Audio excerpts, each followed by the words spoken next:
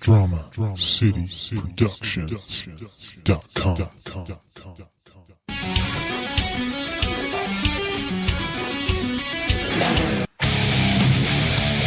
You are plugged in for the Podcast Wrestling Society, where you can get dynamic weekly pro wrestling and MMA related content.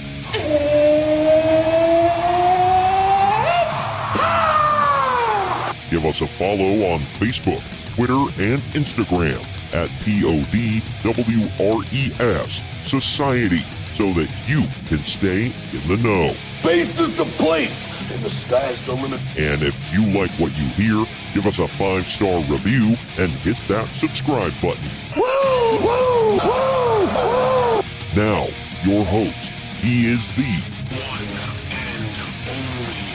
and only Troy Adams. Drop down, tackle, hip toss, get it again. Welcome to Wrestling Wednesday, brought to you by the Podcast Wrestling Society. I'm your loving leader, benevolent host, Midwest Monster, and the crown jewel of the society, Troy Adams. And teaming up with me today, coming in for the hot tag, he is the Bart to my Billy Gunn. He is Greg. What up, Greg?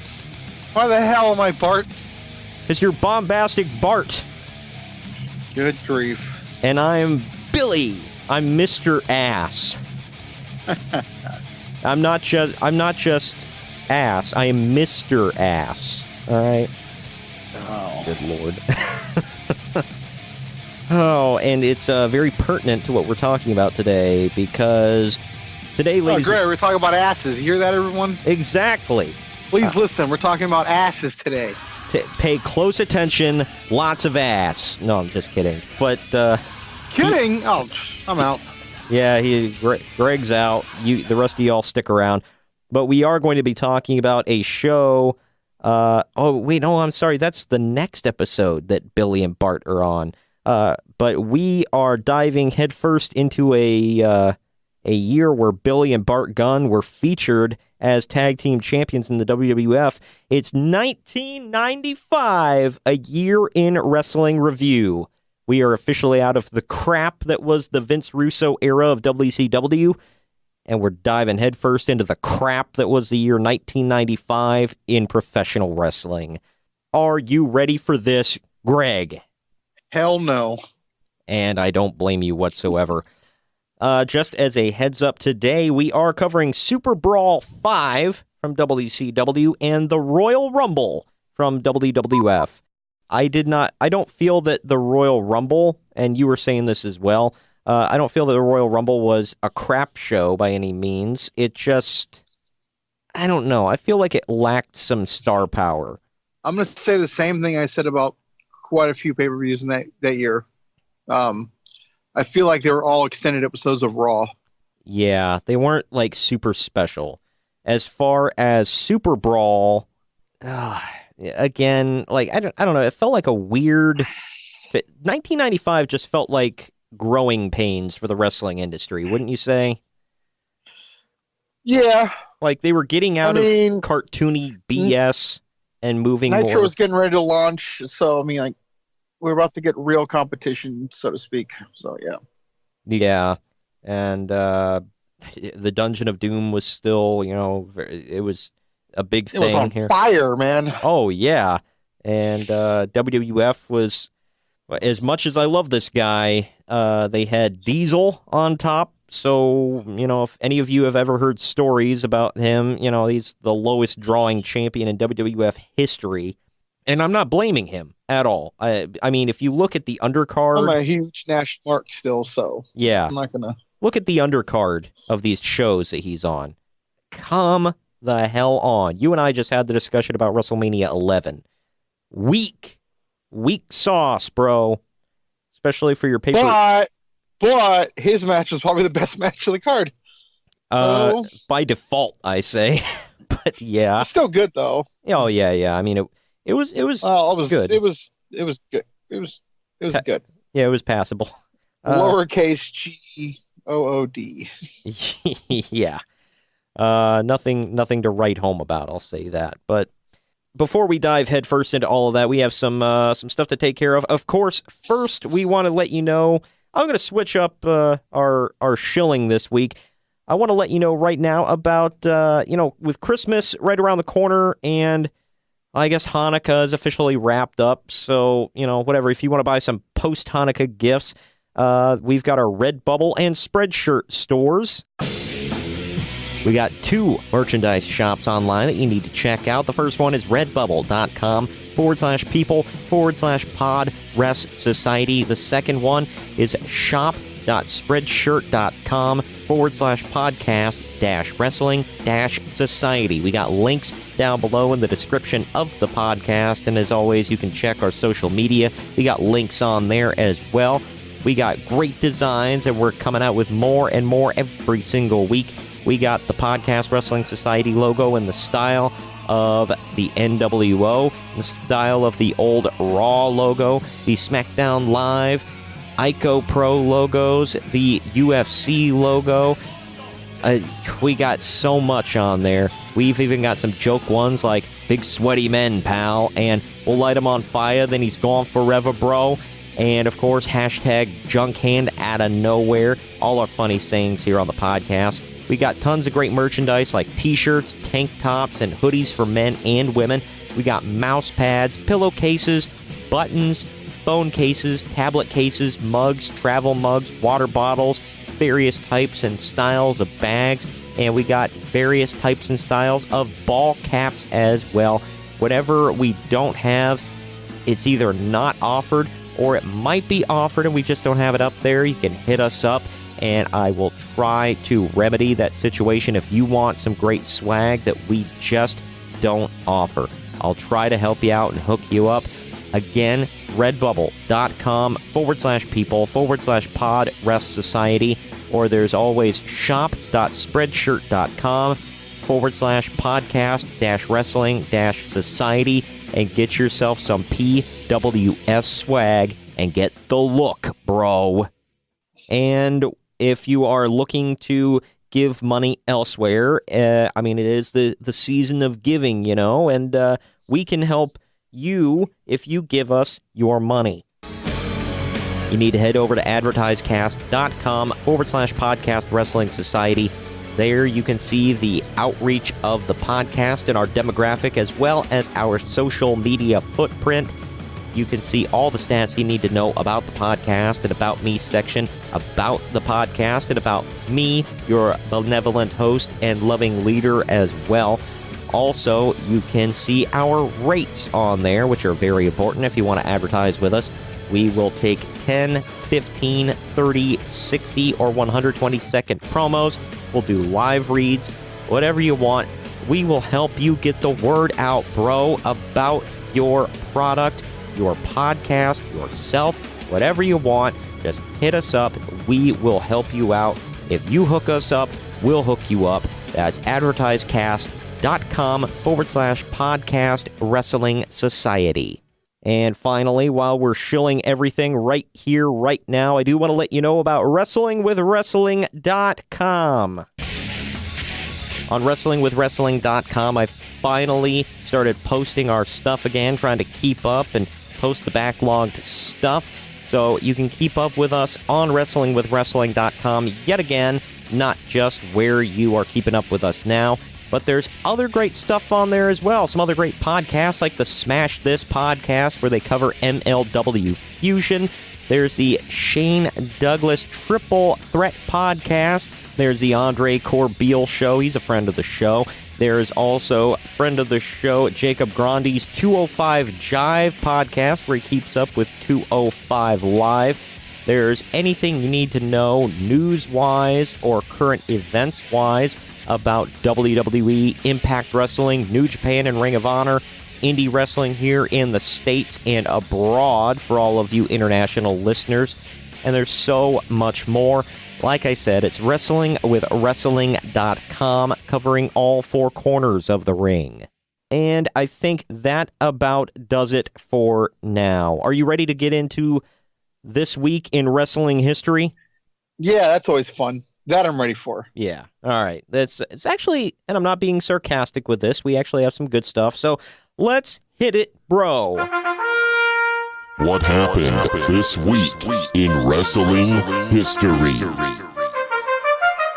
I don't know why. I like when it sounds all regal and like, it's. I mean, it is kind of a big deal, to us, but I make it sound like it's something huge. But all right. Let's, like I did last week, I cover about a 3-day period in the week. This is being posted on December 12th, so we will cover yesterday, today, and tomorrow in wrestling history. Let's cover December 11th. Thursday, December 11th, 2014, was NXT TakeOver R Evolution. You remember that one, Greg? I do. That was the debut of Kevin Owens. He defeated C.J. Parker, known today as Juice Robinson in New Japan. Sami Zayn shattered his nose, bro. Oh my gosh, yeah. And put a big old gash in his hand from a palm strike. Bad, not good. Got it in. One. Sami Zayn also defeated Adrian Neville to become the NXT champion in a 4 3/4 star match, according to Uncle Dave. Kevin Owens then proceeded to lay out Sami Zayn after his match, which started their feud again, but this time under the WWE banner. Sunday, December 11th, 2011, was TNA's Final Resolution 2011, where Bobby Roode defeated AJ Styles in a 30-minute Iron Man match to retain the TNA title in a 3.5 star match. I don't remember that one. Do you? I do. I got to go back and watch it now.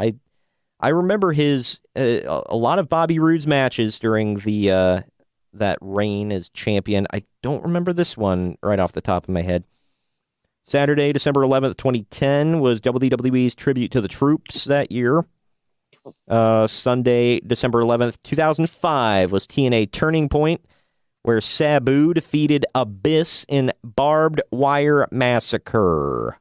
You remember that one? Yeah. It's a 1/4 star. Yeah, I didn't get the star rating for this one, but... Oh, I'm just assuming, because that match sucked. Yeah. It was just two men throwing themselves into barbed wire. And of course, that's money. I think Abyss asked for this match, and every single time he does that, he ends up tripping over his own junk and falling into stuff and getting pinned. He was the biggest idiot in TNA history. I mean, Is, whatever. Samoa Joe defeated AJ Styles for the X Division title in a 4 3/4 star match. And then the main event, who else, was Jeff Jarrett retaining the NWA title against Rhino. Let's bring in Rhino, have him job out to Jarrett, bro. There you go. Spike TV wants Jarrett as their champ, not Rhino or Raven, bro. Yeah, Neither one of them. He crapped. He was to TNA and ECW what Triple H was to WWE and WCW. Instead of Jarrett was like, let's bring in all the old ECW guys so I can bury them. December 12th, moving on now. Friday, December 12th, 2014, was PWG's Black Coal Sun. I just had to point that out because I love the name of that show, because Adam Cole, it was like based off him. I think that was one of his last shows in Pro Wrestling Guerrilla. No, it was not, but he was heavily featured on this show. I remember that. Sunday, December 12th, 2004, was WWE's Armageddon. The main event was JBL retaining the WWE title in a fatal 4-way match against Booker T, Eddie Guerrero, and The Undertaker. Yes, JBL beat those guys. Let that sink in. Which one of these guys does not belong? I don't know. Sunday, December 12th, 1999, was Armageddon 99. This one actually seemed like a good show. Chris Jericho defeated Chyna for the Intercontinental title. Believe it or not, that feud was not bad. The Rock and Sock Connection defeated the New Age Outlaws to become the tag team champions. This one, a 3-minute match. The Big Show retained the WWF title against Big Boss Man. Got to squash him in 3 minutes, bro, because Triple H and Mr. McMahon in No Holds Barred went for 30 minutes.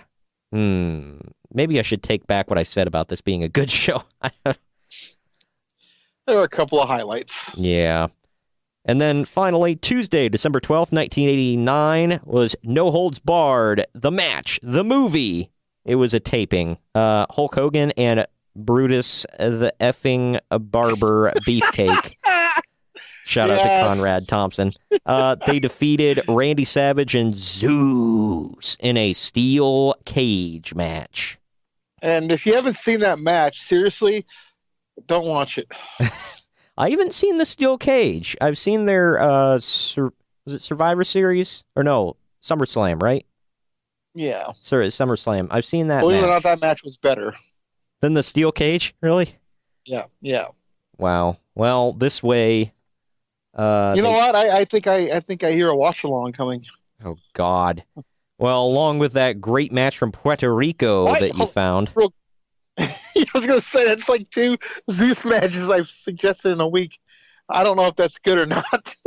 It's not good, but we can make it happen because, we torture ourselves for your enjoyment, ladies and gentlemen. We will make it happen. All the magic, bro. All right, and last but not least, we're covering December 13th. On Sunday, December 13th, 2009, was WWE TLC, Tables, Ladders, and Chairs. This one seemed like a decent show. You might remember it better than I do. My memory is crap for not even being 30. Christian retained the ECW title against Shelton Benjamin in a ladder match. Sheamus defeated John Cena in a tables match to win the WWE title. The Undertaker retained the world title against Batista in a chairs match. And then I remember this one. DX defeated Jericho in a TLC match to unify the tag titles. Yeah, that was a great pay-per-view. Yeah, so there's that one. And then Sunday, December 13th, 1998, was WWF Rock Bottom. You remember that one? Mm-hmm. Mankind defeated The Rock to win the WWF title, which is funny that The Rock lost on a pay-per-view named after him. And the main event was Stone Cold Steve Austin defeating The Undertaker in a Buried Alive match. We're going to bury him alive. He's going to be gone forever, bro. His hand's going to pop up like the end of Carrie, bro. Wrong buried alive. Yeah, man. I know. Yeah. What gets me is it's like, hey, Rock, we're going to name this pay-per-view after you, but you're not going on last, and you're not going to win your match. But have fun out there, buddy. Whatever. And then finally, Wednesday, December 13th, 1989, was NWA Starrcade 89. This one seemed like a weird show. Not a single title on the line. The Road Warriors defeated the new Wild Samoans, which was Fatu and the Samoan Savage, whoever the hell that was, to win the tag team tournament. And then Sting defeated Ric Flair in a 4 1/4 star match to win the Iron Man tournament. I don't remember Starrcade 89. Do you? No. Yeah, I wasn't a WCW NWA guy growing up. I am more as an adult looking back in retrospect, but I don't know. This seemed like a really weak Starrcade. Not a single freaking title on the line. It was all round robin tournaments. I think that was the one. Yeah, I believe that was the one that Jim Cornette had a baby about because he was like, well, somebody's got to do the job like 3 times in one night. Who the F is going to do that? Turned out that was Great Muta did the job 3 times in one night. So thanks, New Japan. All right, thanks for letting us use your talent, New Japan. Now we're going to job him out. Let's get into the few news stories that we have. Bro. All right. Wrong sounder, bro. But anyway, hey, Robbie E ruled. It's good enough. Said no one ever. Well, have you heard the back and forth about Alexa Bliss this past week? Yeah. First, it came out she's clear. That she's not cleared. Yeah. Well, apparently it was Mark Henry who said, of all effing people, who said, "Oh yeah, she's 100% ready to go," and then people came out later and was like, "No, she's not." Sound like, since when is Mark Henry the authority? Like, I believe. Well, I mean, this is the second time you've questioned him being the authority on something. Right? I was about to say. It's becoming an issue. You and I have said this before. There's about something else, but this other one, Tegan Knox has given an update regarding her current injury status. In a Twitter post, she talked about undergoing a knee scope, I guess 2 Thursdays ago. She said, I wish... Yeah, she told me that when we were on our date, yeah. You wish. She said, I had to undergo a knee scope on my left knee to clean out some of the gunk that built up over the past few months after the ACL meniscus repair. She wrote, saying that the reason for the scope was that there was a bump in the knee that was causing her to have issues. That issue has now been fixed. She also noted that her rehab was heating up and credited the WWE Performance Center staff for her rehab. Ugh, man. She has, like, the worst luck ever since Chris Sabin. I know, poor girl. I know. And she's so hot. Did we say that already? I mean, not that that has anything to do with her knee, but it needs to be said, I feel. Right? No, it doesn't need to be said at all. Well, yeah, you're right. It really doesn't. Well, you're right, because it's super obvious. So I guess it doesn't, like, if it's right there in your face, does it really need to be said? I don't know. But anyway, I'm kind of joking. I don't know. Anyway. Move on. Get better soon, Tegan. She's a really good wrestler, so I do want to see her. Her and Dakota Kai can get called up and go for them women's tag belts. Oh, it's interesting you said that. I think I just read Dakota Kai might have gotten hurt tonight. Oh, with what? At a NXT house show, they took her out of the ring in the middle of a 6-woman tag match. And did they say what the issue was? Knee. Oh, God. Her too? Mm-hmm. I'll ask her tomorrow when we're on our date. We should double, save some money. Yeah, right? Yeah, just go have and then we'll wake up. My God. This is a really sad segment to this podcast, but oh, God. Can't laugh at yourself. Who can you laugh at? Come on. Yeah. All right. Anyway, these stories, you would know more about it than I do. You were talking to me about this first one going into the UFC here. UFC says they're looking to move Henry Cejudo versus TJ Dillashaw to their ESPN Plus debut. Oh, no, not looking to it. It's already officially done. Oh, well, there you go. I'm pretty ticked because, I have plans to go to UFC 233 in Anaheim, and that was the main event. What is ESPN Plus? Is that like an online thing, or is that a channel? It's a channel. I think it's just the original one, I believe. I don't know. Well, they say ESPN Plus. I thought it was like something. I don't know. Whatever. Could be a Disney thing. I don't know. I mean, they're calling their new service Plus too. So. Yeah, I don't know. So there's that. Also, according to a report, the UFC is looking to book someone with domestic violence accusations on the same show as the fighter who just survived a domestic violence incident. However, during an interview with TSN's Aaron Bronstester, I believe, I might have butchered that name, on Thursday, UFC President Dana White said that Rachel Ostovich is, quote, totally cool with Greg Hardy being on the same January ESPN Plus debut card with her. Is she, I don't even know that's a story. Yeah, well, because it was a big thing before where she came out. She they have spoke out nothing against to do with him. one another. Yeah, but she like publicly spoke out against him, so that's why it's a story. No, she didn't. She flat out said that has nothing to do with me. No, she said it had nothing to do with her, and she doesn't even see what's an issue. Then who am I thinking? It's his own thing. I could have swore there was no clue. I could have swore there was, because I know that was a story that before. guy, by the way, is Greg Hardy. He used to play for the Cowboys. Mm-hmm. It's a pretty big name, so yeah, it's not that guy. Well, I know it's another joke story like CM Punk, But wow, you just triggered the marks, bro. Well, it is. He's getting on pay-per-view because of his name and what he did before. Yeah. That's not CM Punk. Wow. Although, to be really, really fair, he's had a couple of fights on that Tuesday Night Contender series, and he's won them. You know, so he's not just being thrown around pay-per-view, to be fair. Well, there you go.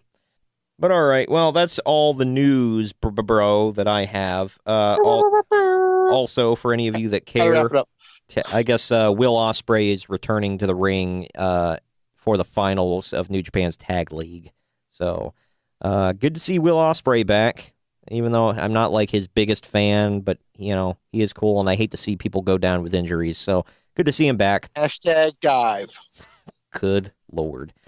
All right, well, we're going to take a quick break. When we come back, we will jump right into our 1995 year in review. We're going to start... Oh, God, we gotta? Oh, yeah. I took extensive notes, bro, on Royal Rumble 1995, live from the Sundome in Tampa Bay, Florida, bro. We're going to take a quick break, let you know about some other great podcasts on the Drama City Productions Podcast Network when we return. It's Royal Rumble 95. Drama City Productions.com. Paycheck. Red. Let's talk about Paycheck and Red. Because these boys don't just talk the talk. They are best friends. They see eye to eye. They communicate. They understand each other, and they understand the world we live in. They're weird enough to superimpose pictures of their faces onto pictures of other people. Let that sink in. Johnny Paycheck. Wayne Red Mincy. Drama City Productions presents. Hey, it's Ben here, host of the Regular Stories podcast, a podcast where I interview interesting people about their lives. These are not celebrities, they're not the elite. These are regular people, and these are their stories. You can follow us on Facebook at Regular Stories and on Instagram at Regular Stories. We are everywhere that you can get a podcast. We are on iTunes, Google Play, Stitcher, TuneIn, just about everywhere else. Look up Regular Stories Podcast. We are back, and you know what that means, Greg. It's time for our new subject at hand. It is Royal Rumble 1995. You ready for this? Screw all of you for listening. Hey, they voted for it, okay? So they clearly want to hear this. Yeah. Think about that. Just think about it. But all right. For all of you, the way I did this was, and Greg remembers most of this stuff. This is kind of like how I read along last time, and he actually tortured himself by watching the Vince Russo crap. This one, you remember most of it because you were actively watching. I didn't start watching wrestling until the tail end of 97, very beginning of 98. So the road to WrestleMania 14, I started watching. So I have no firsthand knowledge of any of this stuff. So I'm watching it in full, and I'm taking notes. So I'm the one torturing myself this time. Ha. Yeah, right. All right, well, let's jump right into it. The Royal Rumble 1995, as I said, live from the Sundome in Tampa Bay, Florida. The show starts off with a limo pulling up. They're playing some porno music over this whole thing, by the way. The first, you'll get to it. Sorry. Yeah, well, the first person we see all excited for the limo pulling up is Dink the effing Clown. He's jumping. Was Glacier with him?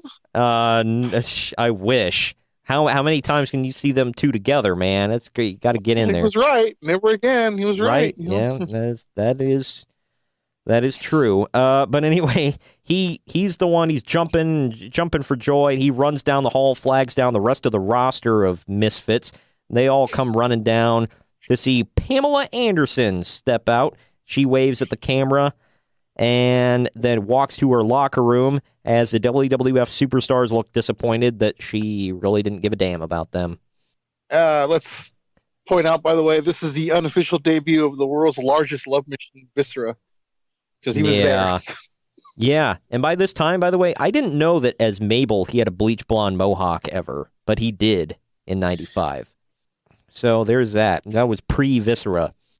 Vince McMahon and Jerry Lawler are commentating for this, and they were doing something different in 95 where they were sitting, they were not sitting at ringside. They were on this like long stage. They just had like a regular table. They were on this long stage sitting like somewhere in the crowd. It was weird.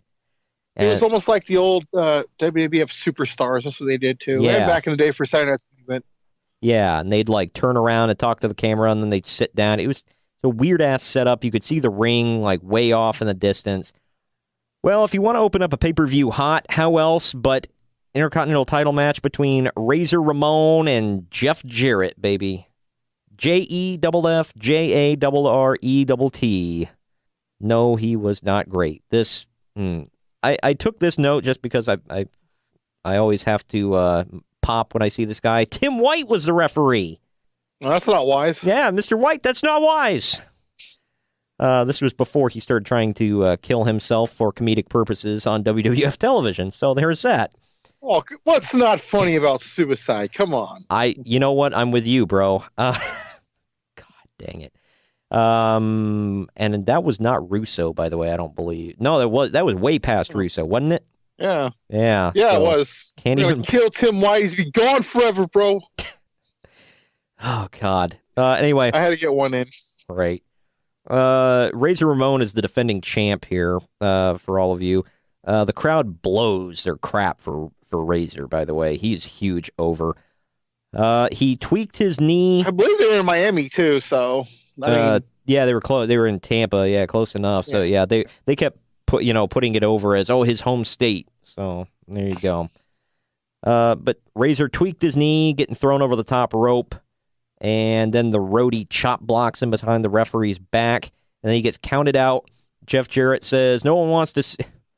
This is really what he said. He said, "No one wants to see me get my hand raised," and then he says, "He wants the belt."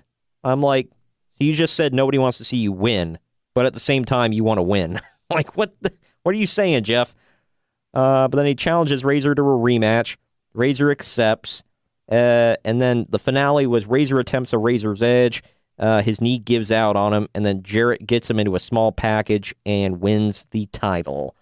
My final conclusion of this, it was a very sloppy opening match between two pretty good workers. I don't know. I was not into this match at all. A lot of blown stuff. I don't know why they didn't seem to work well together here. It was kind of crud match. I gave it 1 1/4 Uncle Dave's. Well, then your WrestleMania 11 one better be about a half an Uncle Dave, because that match was even more brutal, but we'll get to that later. Actually, I thought their WrestleMania match was a little better than this. But I don't know. You could not have possibly thought that. I did. I thought it was they didn't blow as many spots. I don't know. This one just seemed like, I don't know, like they were just, the timing was off with everything. But I don't know. Yeah, it's called the year 1995. God. But yeah, so there's that. And by the way, for all of you that don't know, that have not listened to my review shows before, I don't give star ratings. I give Uncle Dave's. So because he is a loyal nephew. I'm not even going to say it, but eat an Uncle Dave. How about that? I got to ask, who the heck? There's a good joke there. I peed next to him, and You did. He peed next to, for all of you that don't know, he peed next to him at a Sharks game. You had a good joke there. You missed that one. Whatever. No. I'm a little disappointed in you, but whatever. Wow. Prom night flashbacks. Anyway. I got to ask, who the hell is Stephanie Wyant? And why is she holding a microphone backstage? She was just like their backstage interviewer. Yeah, that one, she must not have lasted very long. But anyway, half a year maybe. Yeah. Well, Todd Pettengill is with Pamela Anderson, and check that frickin' mullet on Todd. But he's in Pam's dressing room showing her stupid gifts that the WWF superstars allegedly gave to her. Like, Henry Godwin gave her a piggy bank. And then Todd... I forgot about that. Yeah. It was so stupid. Didn't the Bushwhackers give her like a thing of sardines or something? I don't remember that one. There was a lot of dumb stuff. Todd awkwardly... Yeah, that sounds right up the alley. So yeah, we'll go with that. Yeah. Then Todd awkwardly flirts with her before sending it back to Stephanie, who attempts to interview Jeff Jarrett, who just won't stop yelling about himself. He won't shut up the whole time. And then he says he's going to go see Pamela. End of the interview. Oh, man. Have fun. Well, he needs to bring his father with him so he can teach Pamela how to make a good chicken salad. Huh? You know. Well, you know. This next match here is this is a barn burner. I actually like both these guys. One of them in particular. It's Death versus Taxes. IRS versus The Undertaker, baby. You know where this one's headed. God. Yeah. IRS. Go ahead. Yeah. I just real quick on that. I think Bruce Pritchard, I don't know if he was joking, but he said at one time they did think about pairing them up and calling them Death and Taxes. He was asked repeatedly about that. He says he's like, I swear to God, it was an idea. So, yeah, That's brutal. That would have been funny, but stupid. Well, IRS comes out and tells the crowd, quote, "No one will rest in peace until you all pay your taxes." Paul Bearer carries out a huge urn this time. Huge.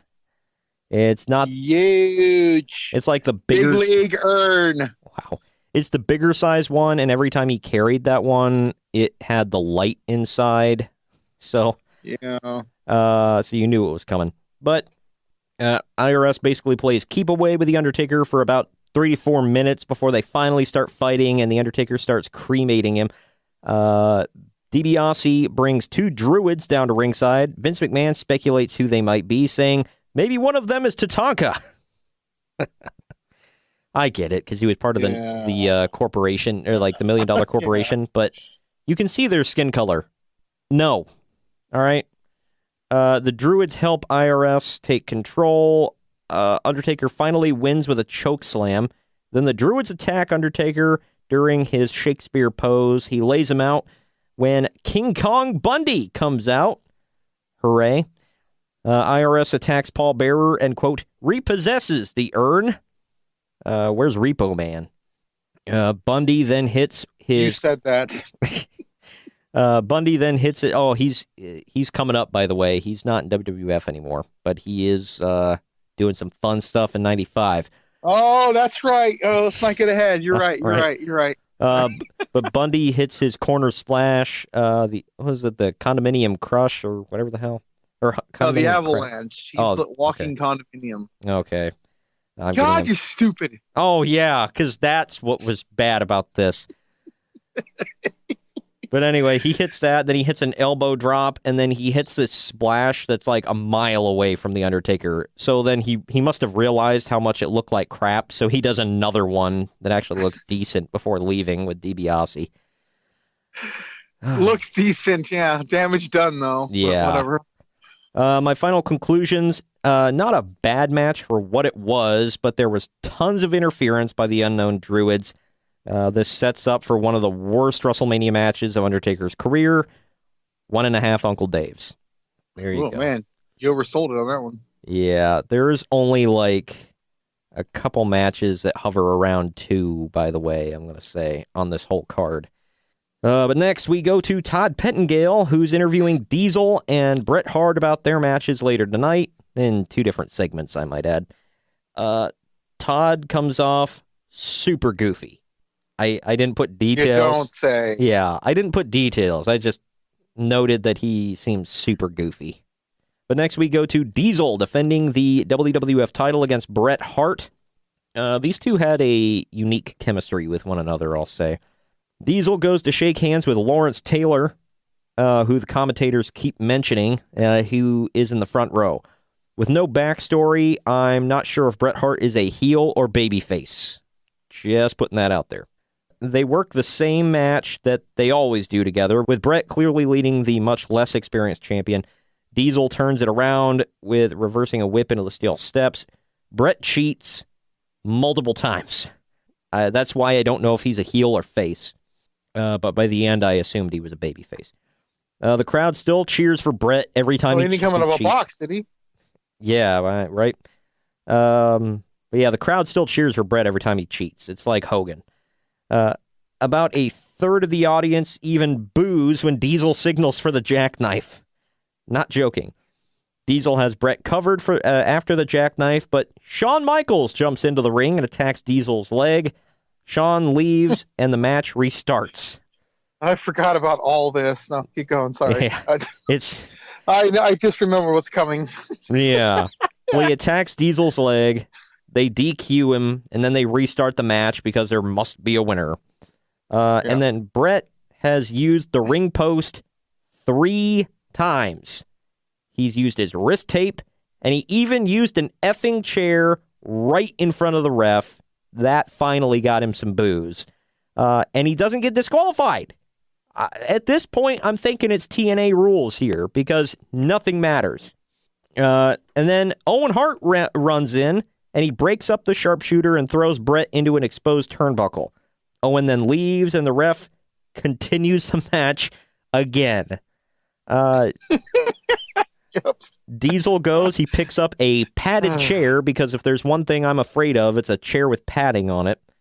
But he goes to use it, but then he thinks better of it and just drops it. No, never to be mentioned again. Brett goes for the O'Connor roll and bumps the ref, because there's got to be a ref bump. And then Shawn Michaels, Jeff Jarrett, the Roadie, and Bob Backlund all rush the ring and beat up both men.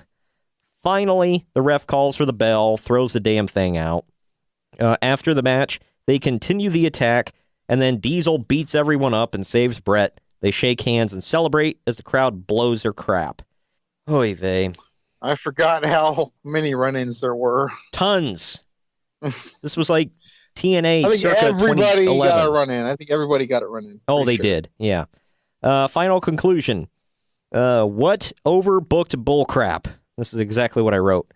And I couldn't tell if Brett was turning or if he was just a bad babyface.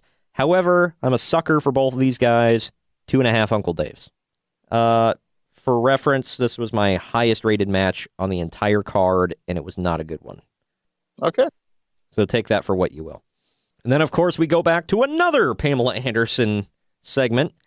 She's getting dressed behind a screen in her locker room while Todd Pettengill is perving out.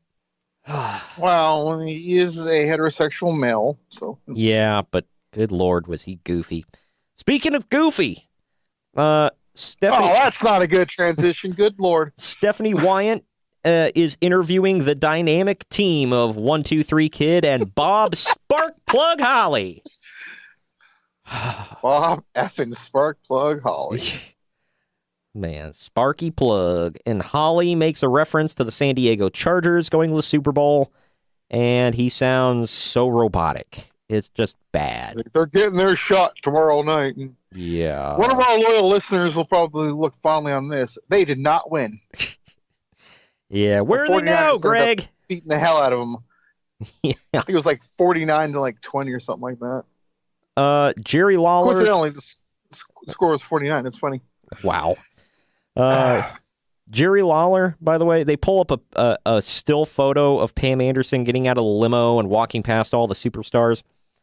Jerry Lawler does his best John Madden impression, and he does one of them where he takes a pen and draws over the screen, whatever. This takes 5 effing minutes for him to finish this crap. He's trying to draw a picture of himself. That's what you want to buy a pay-per-view for. Oh, yeah. He's trying to draw a picture of himself kissing Pam Anderson. Vince is bored. It takes him forever. This is super annoying, and the crowd the entire time chants Burger King. Not joking. The crowd could see this? I guess. I don't know. I don't know. Or if it was just the crowd near them, they could hear it. They started chanting Burger King. So I don't know. But then we move on to our last match before the Royal Rumble. It is Tatanka and Bam Bam Bigelow defending the tag team titles. You heard me right. No.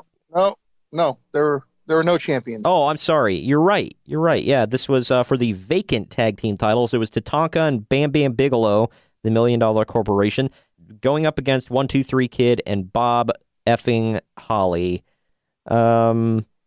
I said, why did Kid and Holly come out to Holly's music? That, made me laugh. I also... That's what you're...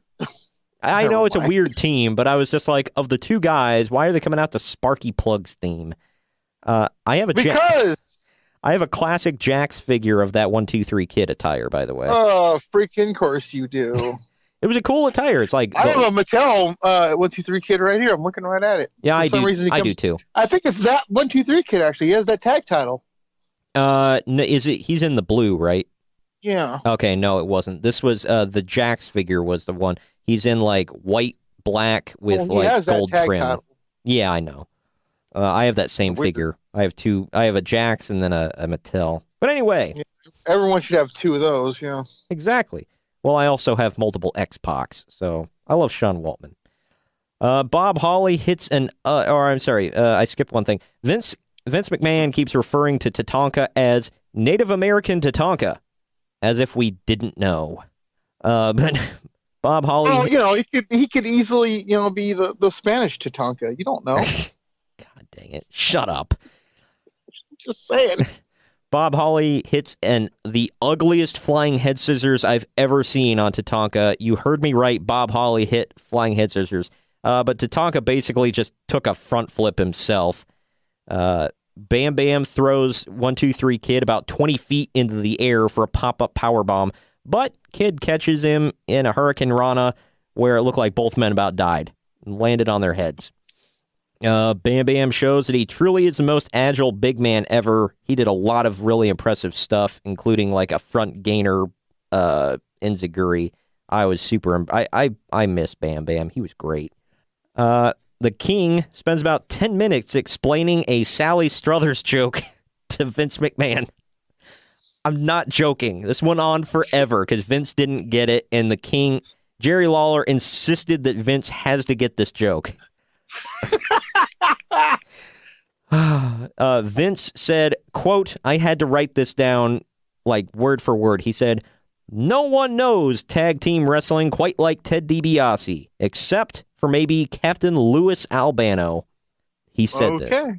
I didn't know what to say after this. I just shook my head and face palmed. The Kid does a tope on Tatanka, and Vince calls it a moonsault. Of course he did. Because Vince has special needs. The Kid gets dirt or pop or something all over his tights. He looks filthy. I don't know what the hell he landed in. Tatanka clearly sees Bam Bam going for a moonsault, but he hits the ropes anyway, causing Bam Bam to fall flat back. And then Kid takes about 20 minutes to pin him. That's the finish. That's it. I'm like, how hard did you hit, Bam Bam? But LT is at ringside, as we mentioned. He goes for... Also, real quick, they'll lose the titles of Smoking Guns the next night. God dang. Well, yeah, ladies and gentlemen, think about this. For one night, Bob Holly and 1, 2, 3 Kid were the tag champs of the world. Hallelujah. But anyway, LT is at ringside, as we mentioned. He goes to shake Bam Bam's hand, but Bam Bam shoves him. One of LT's men ruins the whole thing by shouting, he's crazy, that guy. In the most thick New York accent you've ever heard. It was so bad. By the way, the whole crowd is into this. They're chanting LT, LT, even though they're in Arizona. Like in Florida. Or Florida. You're right, Florida. So on the other side of the... It's one of those sunny, hot states. Yeah, yeah, one of them. But either way, they're nowhere near San Diego. So... whatever. Well, you played for the New York Giants. Or, okay, I'm thinking of the wrong LT. You are correct, sir. Oh, screw the other LT. You know what I always think of with LT besides this match is, you know, kids, that brings me to another good point. Don't do drugs. And he would know. Oh, my God, I know. My final conclusions. This match was given 15 minutes. It dragged and dragged and dragged. It was boring, but it wasn't that boring. It was just long and very average. Not much heat from the crowd at all. Two Uncle Daves. Gonna be honest, man. When I was a kid, I marked for that ending. I mean, the ending was weird because Bam Bam laid there dead for like 20 minutes while the Kid crawled to a pin. Just say WrestleMania 19. We got it. Yeah. We now go to the back. Shawn Michaels and Lex Luger give separate promos backstage. Luger seems to think that the louder he gets, the more serious he sounds, which makes me believe... Was he trying to take his shirt off, too? God. Judging by SuperBrawl 5, Lex Luger clearly studied promos at the NWA School of Promos because it was really loud and shouty. We'll get to that here in a moment. Shouty. Yeah. And then Vince McMahon apologizes to the world and to Lawrence Taylor for what Bam Bam did. Then the camera shows the back of his head for the next 10-15 seconds. It was just super awkward. So he's not going to apologize to the world for putting this pay-per-view on. That's later. But then Pam Anderson comes out and the camera shows a sign that's in the dark, so literally no one can read it. It was just super awkward. And I'm like, why is Pam Anderson here? Just to be like, hey, look who we got. It was, I don't know. It was dumb. She played no part in this show other than wasting time on stupid segments backstage with Todd Pettengill getting a hard-on. I don't... Sorry, how is that wasting time? I don't... Whatever. Oh yeah, because everybody wants to see Todd Pettengill get his Blue Chew on. Todd freaking Pettengill. Where is he now, Greg? He's doing radio shows now with bleached blonde spiky hair. Oh God, so he's Guy Fieri. Got it. Yeah. All right, well, I guess it's time to dive into the Royal Rumble match, y'all. I'll try to fly through most of this stuff with the Rumble here. Vince McMahon makes sure to let everyone know that it's only 60-second intervals now instead of 90 seconds between entrants. I didn't know that was a big so thing. It could be more fast and furious. Wow. Yeah, and we had a ton of guys in the ring at one point. There was twice in the match where nobody was being eliminated. There was 10 dudes in the ring at once, and it was just ridiculous. I was like, what the hell? Nobody could bump. Shawn Michaels is number 1. British Bulldog is number 2. I totally forgot that Bulldog was wearing Rusev-style shorts at this point, by the way. And he'd taken out the dreads, and he just had kinky long hair. It was a weird look for Bulldog. Anyway, kinky long hair. You know what I mean. That's a little weird, but whatever. Yeah, you're a little weird, but whatever. Burn, bro. Okay. I don't know. Terrible, but come on. Whatever. Eli Blue is number 3. Until he came out, I forgot the Blue Brothers were a thing. Duke Drozy, Duke the Dumpster Drozy is number 4.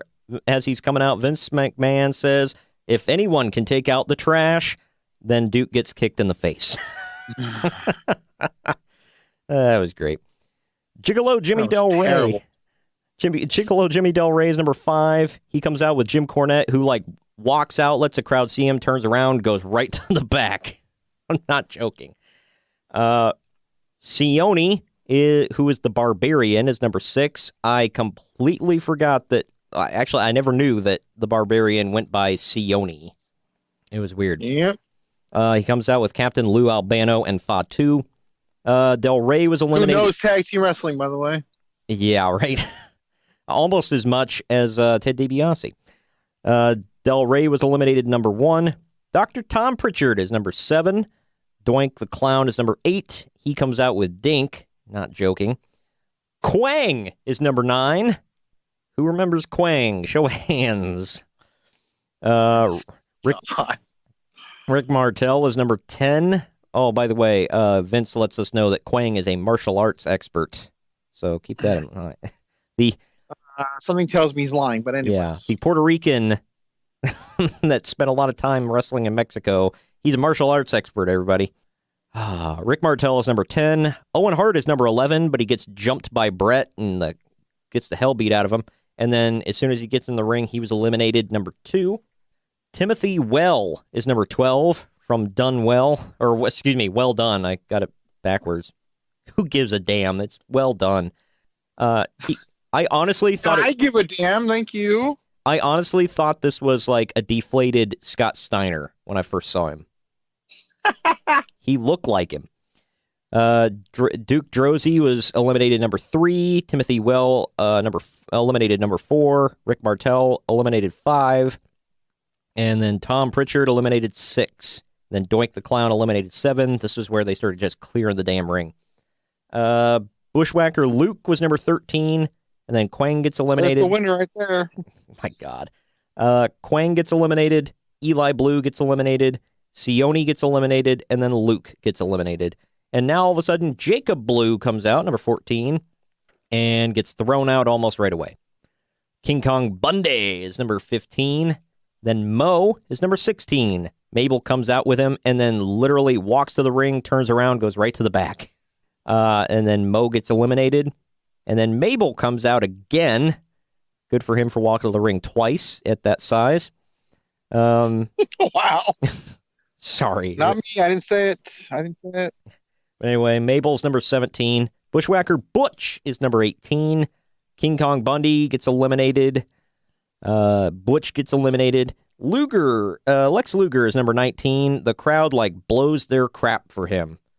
So, people, careful when you tell that to the marks, because you can freaking hear it. Well, I guarantee people will say, well, they, in post-production, they sweeten the crowd. Bite me. Of course they do. Yeah. Mabel gets eliminated next. Mantar comes out number 20. Yeah, Mantar. Yeah, listen to these. Mantar's number 20. Aldo Montoya is number 21. And Henry O'Godwin is number 22. Henry freaking Godwin. And then Billy Gunn's number 23. Bart Gunn, number 24. Man, this was just like the parade of gimmicks. This was the gimmick battle royal right here. By the way, this was the battle royal of occupation gimmicks. Yeah, Conrad calls it. Yeah, basically. Well, and let me tell you something. Mantar comes out number 20. He lasted a long ass time. It was weird. But Bob Backlund comes out number 25, but Bret Hart attacks him before he gets into the ring. So this is 2 times we've had a Bret Hart sighting. Then Stephen Dunn comes out number 26, and then Bob Backlund gets tossed out, and then Bret Hart attacks him again. So that's 3 Bret Hart sightings, and he's not even in this match. And then, hold on to your pants for this one, Dick Murdoch is number 27. I literally wrote, what the hell is he doing here? Oh, man. Then Adam Bomb is number 28. Fatu, number 29. I like how, by the way, when he comes out, Vince McMahon's like adamant. Adam Bomb's going to win it all. Yeah, it's it was crazy. And then Mantar finally gets eliminated, number 18. Jerry Lawler says, quote, both of those big hooves hit the ground. I'm not joking. He said this. Mm-hmm. Oh, I know. Remember, everybody, if you don't know this, during this time, they never referred to him as having feet. They kept calling them hooves. So, yeah.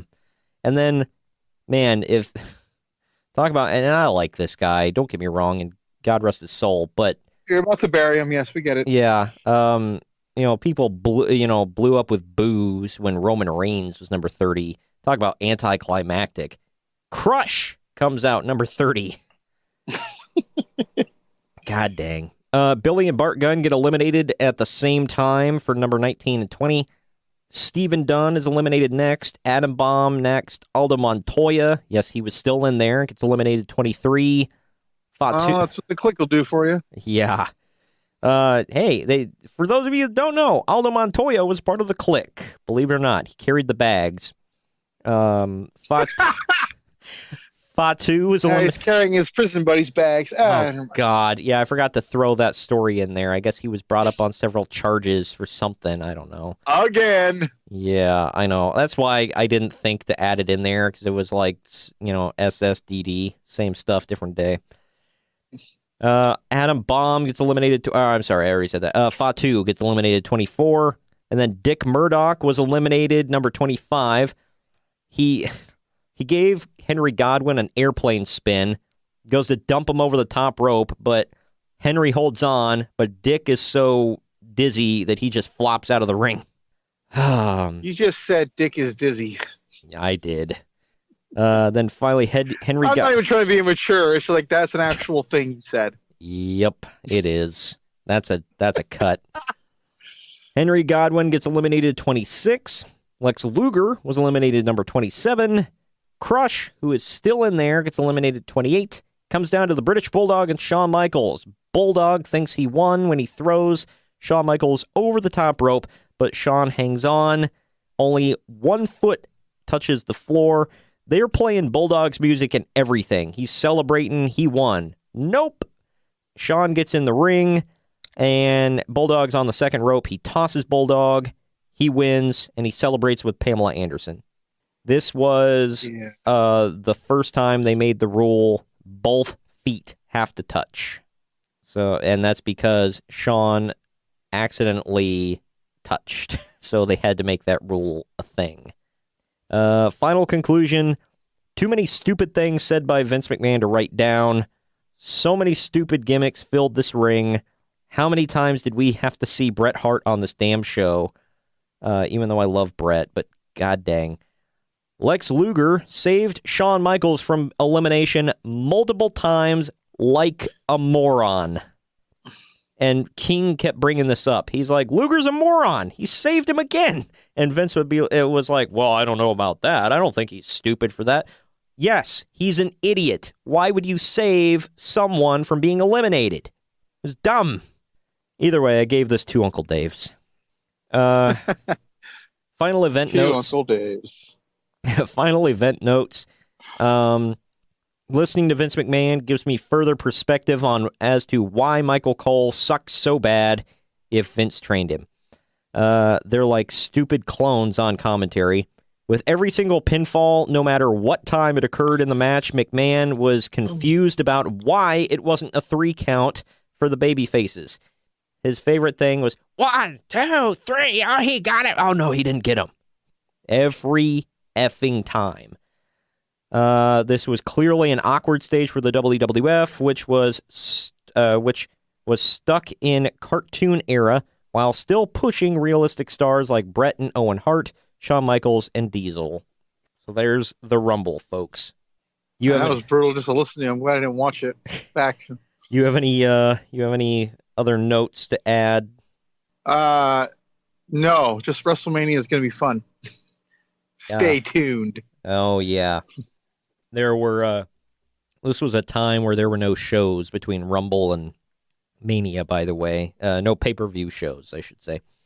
But we are going to take a quick break. On the other side of this break, we're going to dive right into WCW SuperBrawl V. It's coming to you from Baltimore, Maryland, one of their favorite stomping grounds. We will be right back after we tell you about some other great podcasts on the Drama City Productions Podcast Network. DramaCityProductions.com. Hey, I'm Morgan Danielle. And I'm Luco Blaze. And you can check us out on www.themetalexperience.com for the latest interviews featuring punk and metal bands from the Chicago area. And on our website, you can read interviews and reviews from bands all over the world in our blog section, either on Reviews from the Crypt or the Let's Chat Q&A sessions. Also, check us out on Facebook, Twitter, and Instagram. And remember to keep it metal. Woo! DramaCityProductions.com. Game ticket, $50. Hot dog, $8. Team store item, $25. I told him I can beat him with one hand tied behind my back, with some glasses on, with one eyelids out, with some flip-flops on in the ring. Haven't you listened to someone's dumb sports opinions? Worthless. Some people shouldn't talk sports. For everyone else, there's the Unspoken Podcast, available on most podcasting platforms, and on the web at theunsporkensportspodcast.weebly.com. All right. I guess it's time to jump over to, they are officially no longer Jim Crockett Promotions. They are under the Turner banner at this point. But things didn't get much better. I guess they were a little better because they had Hogan at this point. And I don't know. while you were talking about on the WWF side, every pay-per-view seemed just like an extended episode of Raw. On the WCW side, just every show just sucked. Like You don't say. Yeah, they sucked. Like let's run it down. This is an omen for the whole show right off the bat. I start it and I'm like, oh, that can't be good. Yeah, well, I started the show and I'm like, and I like looked away for a couple minutes. I was like doing something on my computer and I look up and I'm like, what happened? Did I hit something? And I rewind. Nope. It starts in the middle of a match because it says this graphic pops up on the network. It says presented in the most complete form possible due to original production technical difficulties. Oh yeah, I had that for a few nitros. Holy hell. Like what the F? The tape quality on this, by the way, when we get to one match is just clearly god awful. Like WWE did the best they could. God bless whoever had to sit there and watch this crap. But anyway, you want to talk about bad omens, by the way. It starts you right off in the middle of Paul Roma versus Alex Wright. Yeah. Job guy from WWE. And Das Wunderkind. Ah, man. Yeah, drops you right in the middle of this match. Tony Schiavone calls this, quote, one of the 7 big matches. Yeah. He was real liberal with that word, by the way. Oh, you said that. You don't say. At this point, by the way, one of Paul Roma's biggest selling points was he had, not to sound weird about it, but his selling point was he had a great body. He was tan and chiseled. That was like, well, I'm not going to say one of. That was his only selling point. So what does he do? He wears a singlet to cover it up. Yeah. God. And he also had like long hair at this point. He didn't even look the same. It was weird. Paul Orndorff comes out to cheer Roma on because apparently they were a thing. Was that pretty wonderful? Pretty wonderful, yep. Well, who could forget that? Paul Roma. Totally not you. Yeah. Paul Roma hits a top rope elbow drop, and they try to take a good camera angle, but there are none, and he's a good foot away from Wright's chest. Like, he takes a full-on ass bump off the top rope. No elbow connection at all. It was bad. Let's see. Then there was a horribly botched hip toss where Roma just rolls onto the apron, and then Wright drop kicks Roma's back, causing Roma to hit Orndorff, who is on the apron. They collide. Wright rolls him up with an ugly roll-up pin. Thank God that's the end of the match.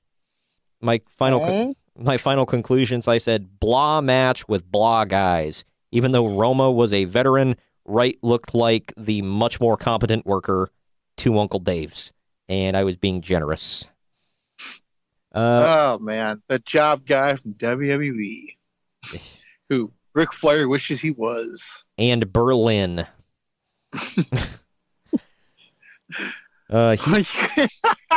He forgot about Berlin. He looked like half of Wham at this point, by the way. Just putting that out there. Wham. Actually, together, they looked like Wham. Just, okay. God. Mean Gene Okerlund is backstage interviewing the Harlem Heat. They kept calling them the Harlem Heat with Sister Sherry. She looks extra hot tonight, by the way. She was smoking. Sherry acts super crazy and gets super loud. This is the first of many shouty promos of the night. Harlem Heat just talks about how big and bad they are. For some reason, this segment just really made me miss Mean Gene Okerlund. Like, he was great. Just like little things he slipped in there and his voice and just the way he carried himself. Mean Gene was the best. Like, the best. But anyway, enough about Mean Gene. Let's get into this classic. It was Bunkhouse Buck. Yeah, that's what I care about. Oh, yeah. Bunkhouse Buck. Hell yes. He was accompanied to the ring by Colonel Robert Parker and Mang. He took on Hacksaw Jim Duggan. So, right there, man. I wrote, what the hell is up with Buck's hair? He had like a widow's peak plastered to his head. Mang is... It sounds terrible. I want to see it now. Yeah, you got to go look this up just for reference. Throw him into your Google machine. He's something. And he comes out dressed like he just came out of the mines or something. Meng is dressed like Curtis Hughes, sort of. He's like in an all-black suit. Oh, yeah, all black with the glasses on, right? Yeah. Yeah. And he had black gloves, like a purple tie. Yeah. Jim Duggan still looks to be in fantastic shape. I will say that. And he was wearing like blue knee pads with white stars on them at this point. So he kind of changed it up a little bit. They cut away at one point to ask people to call the 900 hotline where you can talk with Mike Tenay and Randy Savage. I noted that Mike Tenay had quite a bit of hair here. So there's something. These two really beat the hell out of each other, appearing to really be trying to hurt each other at one point. Buck gets his shirt ripped off during the match because that's what we all wanted to see. Yeah. Duggan takes out Robert Speak Parker. for yourself. Sorry. Duggan takes out Robert Parker on the outside, then hits the 3-point stance tackle for the win. And then Meng jumps in, hits a side kick, and locks in the tongue and death grip. And then two jabroni refs run in to break it up. Final conclusion. This match goes on for about 15 minutes. Not exaggerating. I checked 15 minutes, which is at least 10 minutes way too long. It's all it got for those two? Oh, yeah. It wasn't awful, but it just got boring and dragged to Uncle Dave's. Like, good Lord in heaven. Opinion. Like, why would you give these guys 15 minutes? Who the hell wants to... You know what, Bunkhouse Buck? You deserve a quarter of an hour. Duggan, maybe. And that's pushing it. But Bunkhouse effing Buck. God dang. Who was booking? Oh, I know who was booking. He's coming up next, but I'm not going to get ahead of myself. All right, now it's to the back. Mean Gene is backstage with the Nasty Boys. God dang, Brian Knobbs just shouts more and more and more. I thought he was going to blow a blood vessel. And he's always throwing his arms out there, too. Like, it was stupid. He even threatens Sherry, by the way, saying that if she gets involved, he's going to smack her face off of her head. Threatening female violence. Awesome. Well, yeah, but that female could probably kick his ass, so you might want to be careful. Pull off her stiletto and stab him with it. Yep. But then we get to this next one. You know, remember when I asked who the hell's booking this? It's Kevin Sullivan with... Oh, yes! He's being accompanied to the ring by The Butcher. And, because why not? Oh, yeah. And he's taking on Brother Dave Sullivan. Remember when he had a brother? Yes. The Hulk Hogan, he idolized Hulk Hogan, right? Yeah, I believe so, yeah. The quality of the video, here's where I wrote, the quality of the video is completely awful. If you watch it on the network, it starts messing up here during Sullivan's entrance, which, knowing Kevin Sullivan, it may be Satan doing that. They kept making... Wow. Get it? Because he was a devil worshiper, you know, like... No, I got it. I just... Yeah. It's a joke, people. Kevin Sullivan kept, like, barking. I'm offended by that. Sorry. Yeah. Kevin Sullivan kept, like, barking randomly. He'd be like, "Arr! Arr!" And I'm like, what are you doing? Like, it was weird. For those of you that don't know, Dave is supposed to, I guess, have special needs or something. So his trunks don't say Dave, they say Evad. Like Dave backwards. So because why wouldn't you poke fun at the handicap? That's how you book, bro. That must be a New York thing. Bro, he's handicapped, bro. We gotta make fun of him. What the hell? He's not legit handicapped. He's kayfabe handicapped. But it's still funny, bro. And he's fat. Oh, my God. He's fat! He's fat. Got some fat asses. Oh, my God. But they actually called him Evad Sullivan, by the way, for those of you that don't know. Here's the ending of the match. Butcher gets up on the apron, and Kevin Sullivan sends Dave into, like, he sends Dave like face first into Butcher's face, so they like clunk heads. I knew there was a reason for this because the commentary kept talking about how the Butcher had reconstructive surgery on his face after that parasailing accident, and they mentioned it like multiple times, and I'm like, okay, who gives a damn? Like, cool, I guess, whatever. That was like 2 years ago. And then, or 3 years ago, I think. But anyway, yeah, they kept mentioning it, and this was why. Because they clunk faces, Butcher drops off the apron and writhes in pain because it re-injured his face. And the announcers sell the Butcher's reconstructive surgery, blah, blah, blah. And they say that Kevin Sullivan doesn't mind sacrificing others to get the win. And yeah, when they clunk heads, Kevin gets the roll-up win. And then Kevin starts helping the Butcher to the back and like gives up on him halfway and just like walks away from him, starts barking. Final conclusion. Again, I feel this match dragged on way too long. It wasn't bad. It was just boring. 2 Uncle Daves. Again, I was kind of generous on this one. So there you go.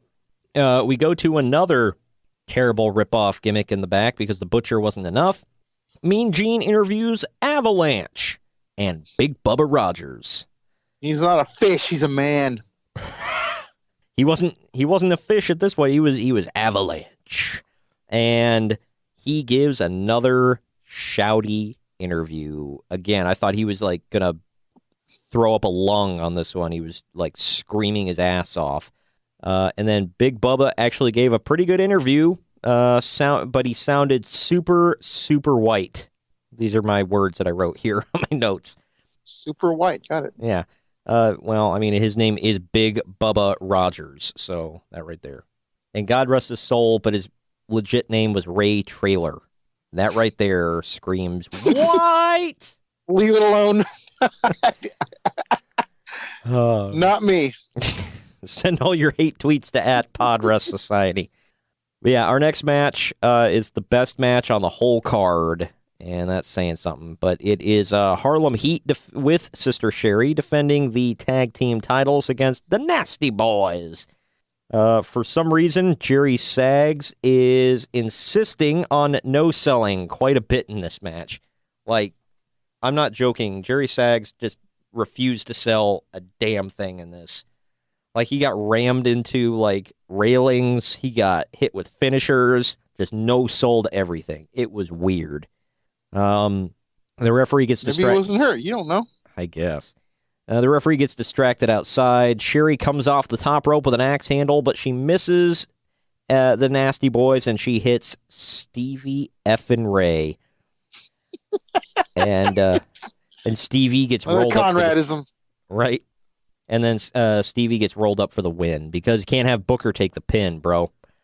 However, that's a future world champ right there. Yep. And a Hall of Famer. However, here's where it gets good. Randy Anderson, the referee. I thought it was already good. Yeah. Sorry. Randy Anderson, who is the referee, argues that the decision and says, no. The Nasty Boys threw Booker T over the top rope, which is illegal. So Nick Patrick agrees, and he disqualifies the Nasty Boys. Oh, yeah. Yeah. So no title change. By the way, it was hard to tell the difference between Nick Patrick and Randy Anderson because both had that epic curly-ass mullet going on and the big epic porno stash. What a combo. Right. My conclusion... You can't buy that epicness. Right, I know. They tried, but couldn't quite. Final conclusions. Best match of the show so far. These two teams worked really well together, oddly enough, and I thought it was going to be a crap fest, but it wasn't. Was this the match, by the way, where like they kept having two cameras like on the screen? Like you kept splitting it? No, that was another one. This one was one single cam. I gave this one 2 3/4 Uncle Dave's. So I think I overrated it just because it impressed me so much because the rest of the show was so damn boring. So I graded on a curve. This backstage. That's sad. I know, right? I'm impressed by almost anything at this point. This by far, is the best thing on the show next up. Mean Gene is backstage, and he says this is one of the 4 or 5 best pay-per-views he's ever been a part of, which I just... Well... I didn't know what to... I face-palmed so hard, I think I left a mark. I didn't know what to say at this point. Hear that? TJ is now a mark, everyone. Yeah. What do you mean now? Just kidding. But anyway, he's interviewing Sting and the Macho Man, sort of. But Macho Man walks up and says, "I'm not talking!" And then he just paces the whole time. And Sting shows that he has a big-ass welt on his chest, and he says it's from him and the Macho Man getting so worked up during their planning stages and interviews earlier. So apparently the Macho Man just chopped the hell out of him during an interview, which is weird, but not, that weird if you know the Macho Man. But Sting keeps asking Macho. He's like, and by the way, while the Macho Man's pacing around, he's also just like throwing chairs and crap all over the room. And he keeps asking, "You want to say something now?" And he goes, "I'm not talking." And then he walks off again. And he does that like 3 times. And then finally... That sounds very awkward. It's super weird. Sting is given the whole interview. He's doing pretty well. And then at the end, he was like, "You have anything to say now, Macho?" And he's like, and he stops and he breathes real heavy and he thinks about it. He's like, "I'm not talking." And then he just walks out of the room. And then Sting says, "Well, I'm not talking either. It's time for action." Woo! And then he leaves. It was so weird, but it was the best thing on this whole damn show. It was fun. Wrestling was fun back here. I don't know. But then we go to Tony Schiavone, who's pushing uncensored on a poor, unsuspecting audience. And we all know how that event goes.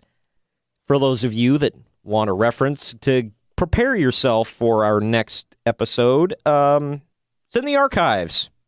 Go check it out. It's on YouTube. Search for the Podcast Wrestling Society on YouTube. It is in there. We cover, in long form, Uncensored 1995. You've been warned. They then show a video package for Dustin Rhodes and the Blacktop Bullies feud. Oh, hell yeah. For those of you that don't know, Blacktop Bully is Demolition Smash, a.k.a. Repo Man, a.k.a. What was his golfer gimmick?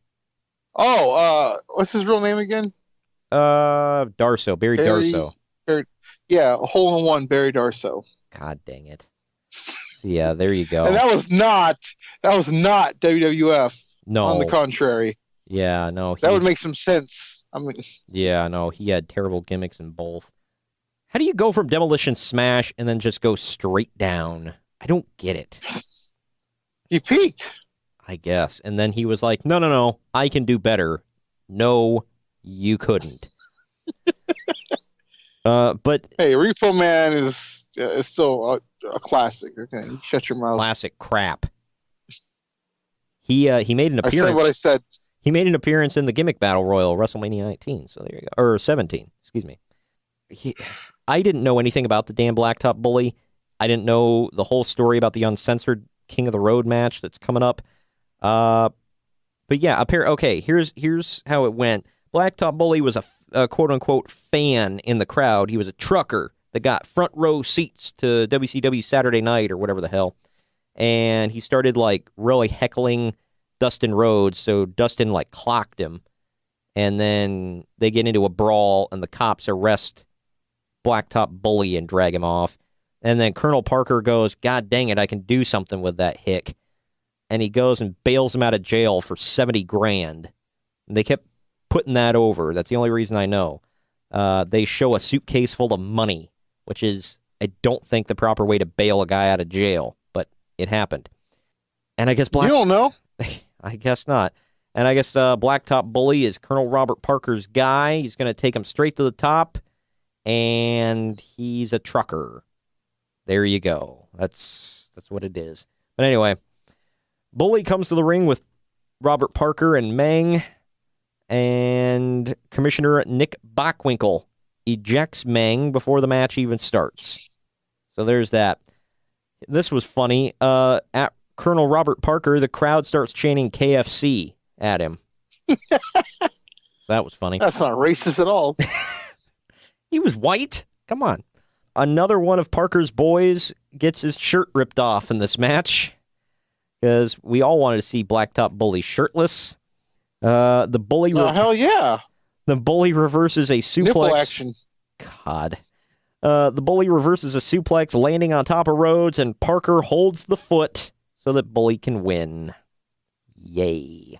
Yeah, because that totally will hold a guy down, by the way. Oh, yeah, I know. I can't move my foot, therefore I can't get my shoulder up.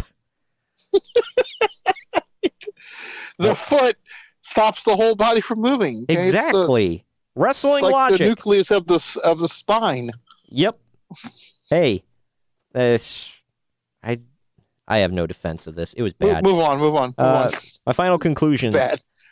It was another really long match. Wasn't terrible, but it dragged at points. Two Uncle Daves. Like I said, this whole card was just boring. It wasn't necessarily bad. It was just boring. Mean Gene is on this. Is backstage at this point. He's interviewing Vader. Vader gives like the 500th shouty ass interview of the night. Like, god dang. Everybody screamed on the show. It was dumb. I had to turn my volume down. They're all excited for the Super Bowl the next night. Yeah, I guess so. They need to be excited for something that sure as hell wasn't this. But then they take some time talking with the commentary team, just killing time so that Mean Gene can run his old ass out onto the stage to introduce Ric Flair. Flair is asked if he was in Vader's limo, but Flair denies it, and he puts over WCW huge before saying that he's going to sit at ringside with some hot women. Well, I'm glad he specified that he wasn't sitting with some ugly women. That's a good point. For the reference, there were no women. He was by himself, surrounded by marks. No women. So I don't know where that came from. But yeah, do the marks have the look? They did. He kept yelling at him, "Shut the hell up and sit down," before he slapped the hell out of him. He was doing that multiple times. Cool. But then we move on to this next epic match. It was the Avalanche and Big Bubba Rogers taking on Sting and Macho Man Randy Savage. Hell yeah. This was apparently Macho Man's WCW pay-per-view debut. So good for him, I guess. Whatever. Now we're going to get some action, though, right? Yeah, oh yeah. They show Great Muta sitting in the audience without paint, and he's sitting with Sonny Ono. They kept showing him. Well, then that's not Great Muta. Yeah, well, they kept calling him Great Muta, even though it was clearly Keiji Muto. But whatever. By the way, they showed him like 3-4 times this night. He didn't do a damn thing. They didn't say anything about him. They're just like, oh, there's Great Muta. And? Yep, there he is. Okay. Good for him, I guess. Whatever. He looked bored as I was. He's alive. We now know it. Great. Yeah. Yeah, he was sitting there looking hella bored, probably thinking, what did I get sent over here for? Let's see. Macho Man gets in Ric Flair's face at one point for, like, really no reason whatsoever. There's confusion over who the legal man is. Sting hits a flying clothesline on the Avalanche, who trips over Big Bubba, and then Sting gets the pinfall victory. Yes, off of a flying top rope clothesline. He gets the win. Makes him look like a dork. And then at the end of the match, security has to hold the Macho Man back from hitting Ric Flair, even though Flair is just sitting there minding his own business. Macho Man's just blowing a gasket. Pretty good match. I give it 2 3/4 Uncle Dave's. It's tied with the tag team titles match. So it's only because these guys are just great workers. These guys have to work really hard to have a bad match. I'll say that. So it was good for what it was. It was a weird match. But then we go back to the final interviews of the night. Mean Gene is interviewing Hulk Hogan with Jimmy Hart. And Jimmy Hart looked like a damn cartoon character, as always. Was it like some bright, like, loud jacket? Yep, and he had like a Stars and Stripes tie. So yeah. Hogan talks for, I'm not embellishing, he talked for a good 10 effing minutes. It was a good interview, but mother of God, it went on and on and on. I almost fell asleep. He even said at one point that this, he said, not joking, and I know, Hogan's embellished in the past, but good God, he said, quote, "This is the most important day of my life." Let that sink in. God dang. That's some pretty low life days since you leaving Vince, huh? Yeah. I know for a fact that both of his children were born at this point. He has been married at this point. He's won multiple world titles at this point and headlined I don't know how many WrestleManias. But this was the most important day of his life. Maybe he was getting his biggest check from WCW since signing, maybe. Yeah. What are you talking about? Him versus the Butcher headlined the month before. So you're wrong. That's true. That was an epic night. Who's Vader compared to the Butcher? Why did this headline SuperBrawl and the Butcher gets the top spot at Starrcade? Quit putting it like that. Well, think about it. God dang. I don't want to think about it. It's going to make my head hurt.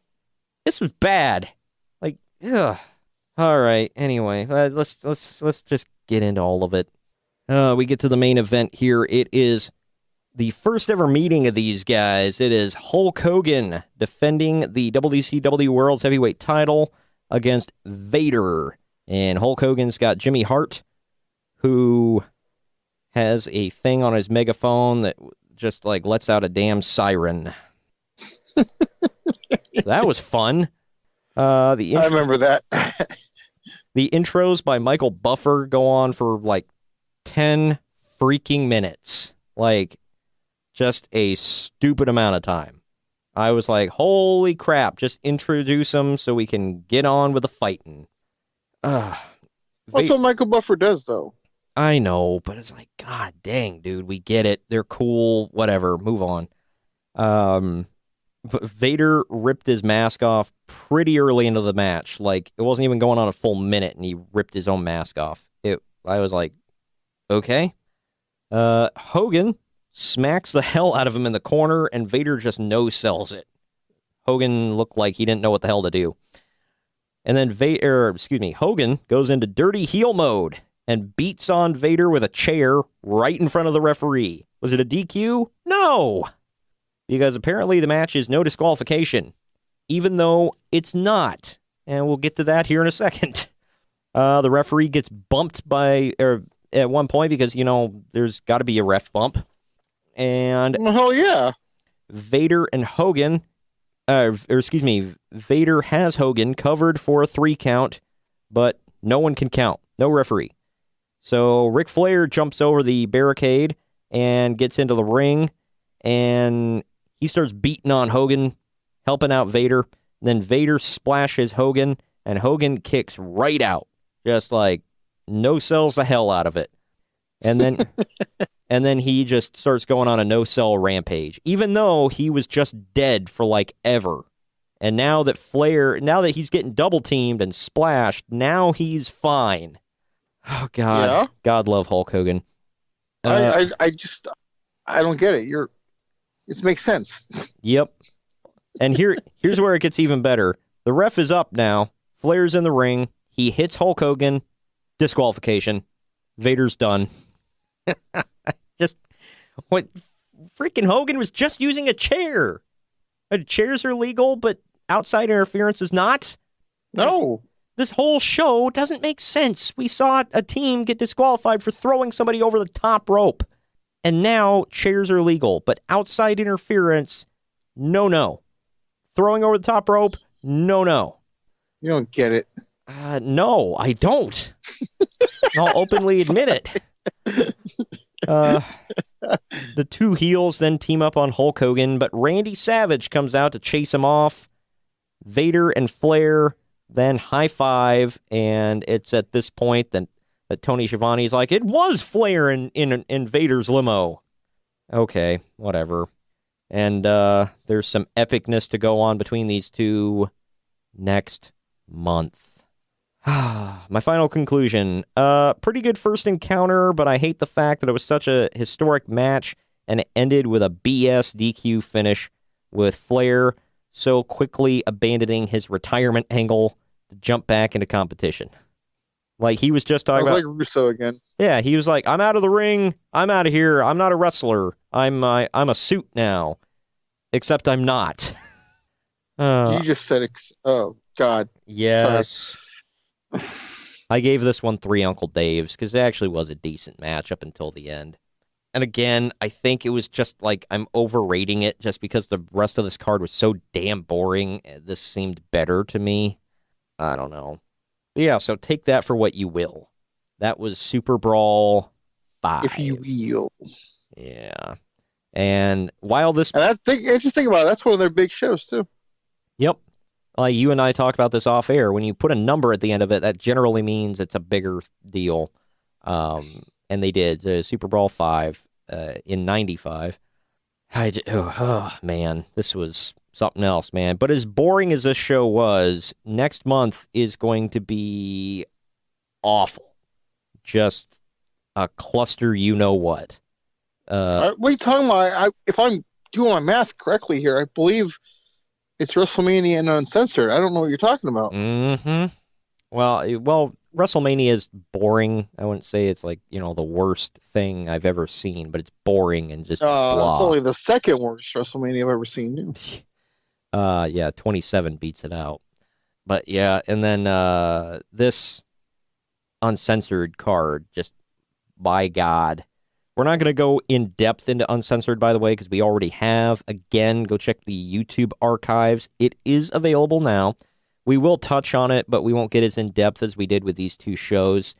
Save more time for WrestleMania because we need more of that. More content.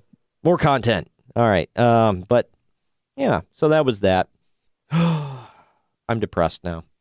Either way. Yep, I'm depressed enough to go to bed. Yeah, well, you're welcome. For the rest of you, yeah, you deserve it. I did the last one. Okay, I suffered a lot last one. It's your turn to suffer a year. You're still suffering because you're still slogging through that crap. Good for you. Well, now it's just for fun. I figured I'm almost at the end of it anyways. Might as well finish it. You have an odd definition of the word fun, but all right. For all of you out there, next week we will not go over part 2 of 1995 Year in Review. Next week, we will be coming at you, Greg and I, with La News and This Week in Wrestling History, and then Kyle and I will come at you at the end of that podcast with a TLC review and the review of the fallout from TLC from Raw and SmackDown of that week. I will be at TLC. Yeah, so give us some live reviews if you can, and I will actually be able to watch it live, well, on delay. Because I am not on delay, Greg. On delay. Got it in there. Sorry. Clever. Sorry. Clever. All right, I'll owe you one. All right, but anyway, yeah, so I'll be able to watch it on delay next weekend, or this weekend, I guess, for everybody listening. So, yeah, have fun, Greg. I'm sure you will. TLC is usually a pretty good show. I think I'm taking my mom, so yeah, it's going to be pretty fun. Oh, well, when I think having fun, I always think take my mom. Well, here's the thing.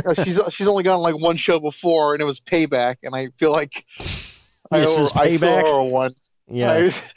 I owe her one for that garbage. Oh, you owe her. Yeah. You owe that crap. I hope you got her a really good Christmas present that year. 'Cause by God, that sucked a something. That sucked an Uncle Dave. Well, all my siblings are going too, but like, she never goes. She's going this way. Right.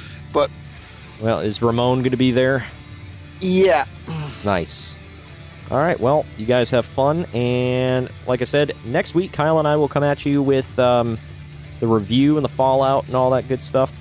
Also, this week, check on the YouTube not only for the uncensored review because of course you got to hear that.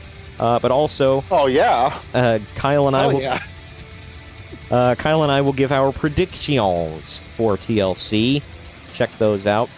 And 2 weeks from now, Greg will be back, and we will bring you 1995, a year in review, part 2, where we will cover a little bit of uncensored 95, as well as WrestleMania 11. I just want to talk about the King of the Road match. That's all I care about. Oh, we already did in long form, but we'll touch on it again. Oh, who doesn't want to hear it again?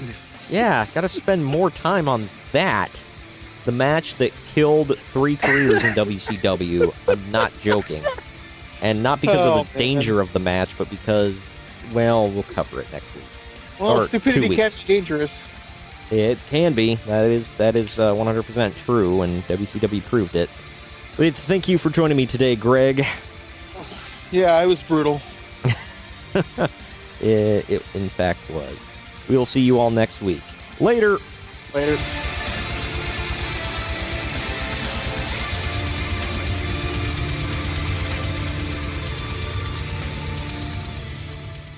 This has been a Drama City production.